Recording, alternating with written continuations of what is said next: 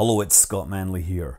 A few years ago, when a Proton rocket got a bit wobbly and went out of control because of an improperly installed sensor, there were inevitably jokes about the Russian vodka being fed to the rocket instead. But the truth is that common everyday alcohol actually has a long history in rocket science, going all the way back to World War II. Specifically, the common alcohol served and consumed in social situations is called ethanol, because it's essentially a two-carbon ethane molecule with one of the hydrogen atoms replaced by a hydroxyl group. In chemistry, there's a whole class of molecules called alcohols, and it's basically where you have a hydroxyl group attached to a carbon atom. Anyway, back at the inception of the German aggregate rocket program, the team settled on using ethanol as a fuel, with liquid oxygen as the oxidizer. And the most famous example of this would be the A4, better known as a V2 rocket, which was fueled by 3.8 tons of 75% ethanol, 25% water. Now, earlier rockets had actually used more energetic propellants. For example, Goddard's rockets had used something that Americans like to call gasoline. Now, Goddard's rockets actually used a mixture ratio which was far from ideal, feeding the engine only about half as much oxygen as was required to fully combust the gasoline.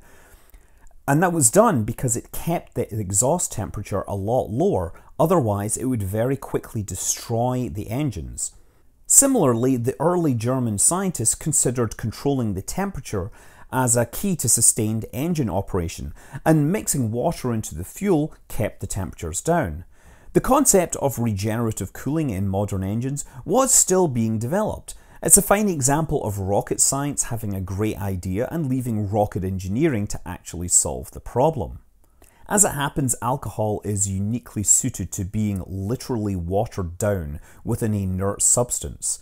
The molecular mass of water is actually pretty light, so even although you have lower average energy density, the lower molecular weight actually got back a little bit of the performance loss.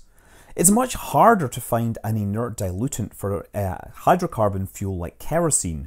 Water and oil famously choose not to mix, and while suitable chemicals probably do exist, they would not have been as cost effective and simple to use as water. Goddard's oxygen starvation strategy would leave lots of unburned hydrocarbons in the exhaust, raising the average molecular mass and reducing the specific impulse. Switching over to oxygen-rich combustion also lowers the temperatures, but instead creates an oxygen-rich exhaust that's extremely good at attacking metals.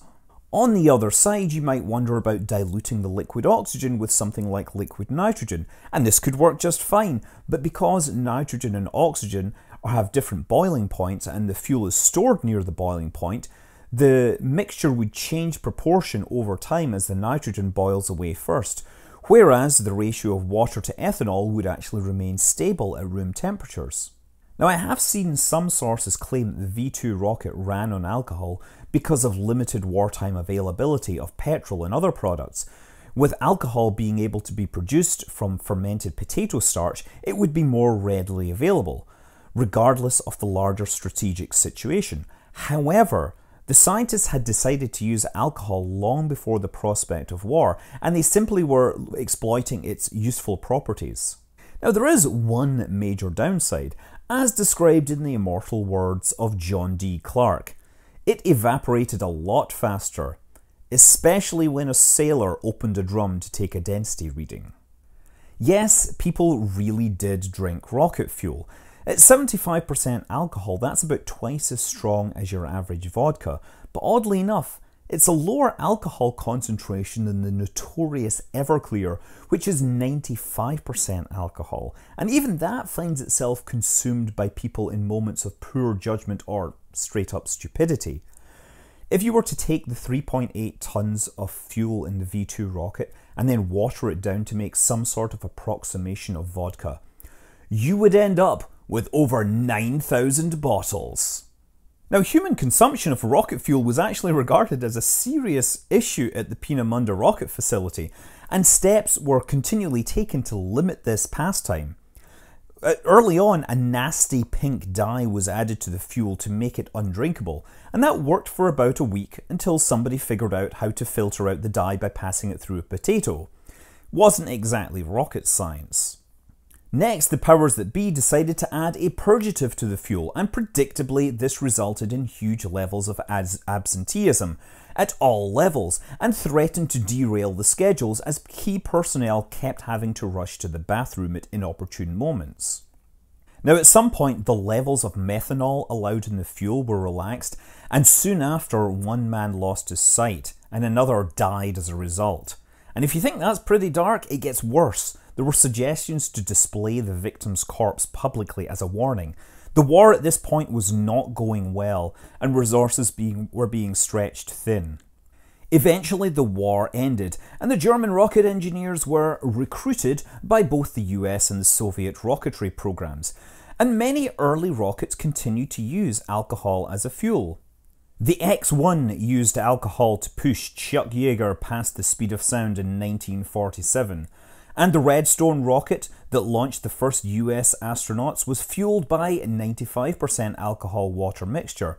But eventually, the superior energy density of kerosene displaced ethanol as a mainstream fuel. However, it still occasionally turns up in small projects such as Armadillo Aerospace's entries into the Lunar Lander X Prize. However, the largest amount of alcohol used in a rocket was not in a launch, it was in a test.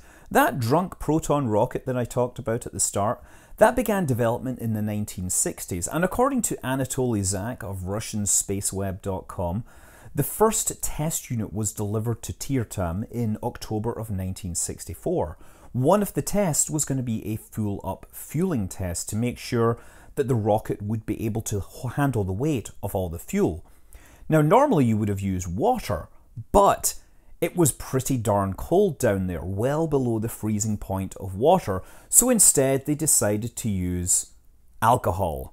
40% alcohol, basically vodka. They shipped in 15 rail cars full of the stuff to fill this thing, and presumably it worked fine.